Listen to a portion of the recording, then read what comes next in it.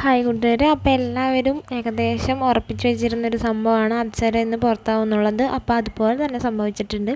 നമ്മുടെ അപ്സര പുറത്തേക്ക് ഇറങ്ങിയിട്ടുണ്ട്. അപ്സരയുടെ ഹസ്ബൻഡ് ഒരു 2 ആഴ്ച മുന്നേ തന്നെ അപ്സര പുറത്തായി എന്ന രീതിയിലുള്ള ഒരു ഇതിൽ സ്റ്റോറിയൊക്കെ ഇട്ടിരുന്നു. അതിനെ തുടർന്നുണ്ടായ പ്രശ്നങ്ങളൊക്കെ എല്ലാവർക്കും കുറച്ച് പേർക്കൊക്കെ അറിയാമെന്ന് വിചാരിക്കുന്നു. അപ്പോൾ അതുപോലെ തന്നെ ആഗ്രഹിച്ചതുപോലെ തന്നെ അപ്സര ഔട്ടായി കിട്ടിയിട്ടുണ്ട്.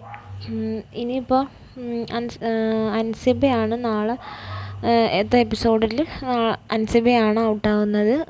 അപ്സര ഔട്ടാവുമെന്നുള്ളത് നമുക്ക് ഉറപ്പായിരുന്നു, പക്ഷെ അൻസിബ ഔട്ടാവുമെന്നുള്ളത് പ്രതീക്ഷിച്ചില്ല. കാരണം ഇപ്പോൾ ഈ കഴിഞ്ഞ വീക്കിൽ അൻസിബ ഒത്തിരി എന്താ പറയുക മുന്നോട്ട് വന്നിട്ടുണ്ടായിരുന്നു ഗെയിമിൽ.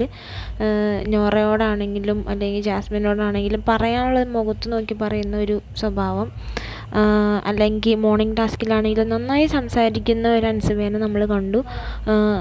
ഒത്തിരി വാരി വലിച്ച് സംസാരിക്കുന്ന സ്വഭാവം അൻസിബയ്ക്കില്ല. പക്ഷെ പറയേണ്ട കാര്യം വളരെ വ്യക്തമായിട്ടും കൃത്യമായിട്ടും പറയാൻ അൻസിബയ്ക്ക് കഴിയുന്നുണ്ടായിരുന്നു. അപ്പോൾ അൻസിബയാണ് നാളെ ഔട്ടാവുന്നത്.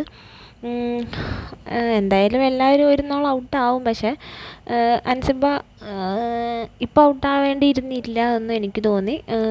പിന്നെ അപ്സരയുടെ കാര്യം പറയുകയാണെങ്കിൽ എവിക്ഷൻ പ്രക്രിയ നടക്കുന്ന സമയത്ത് നമ്മുടെ അഭിഷേക്, ജാസ്മിൻ, ജിൻഡോ, അപ്സര ഇവർ 4 പേരുമായിരുന്നു ലാസ്റ്റ് വന്നിട്ടുണ്ടായിരുന്നത്. അപ്പോൾ ഒരു കാർഡ് എടുക്കുന്നു. അപ്പോൾ ബാക്കി 3 പേരുടെയും കാർഡിൽ സേവ്ഡ് അപ്സരയുടെ എവിക്റ്റഡ് എന്ന് കാണിച്ചു. ആ എവിക്റ്റഡ് എന്നുള്ള സംഭവം കണ്ടപ്പോൾ തന്നെ നമ്മൾ പെട്ടെന്ന് സ്റ്റക്കാവില്ലേ, എന്തെങ്കിലും പ്രതീക്ഷിക്കാത്ത കാര്യം കാണുമ്പോൾ.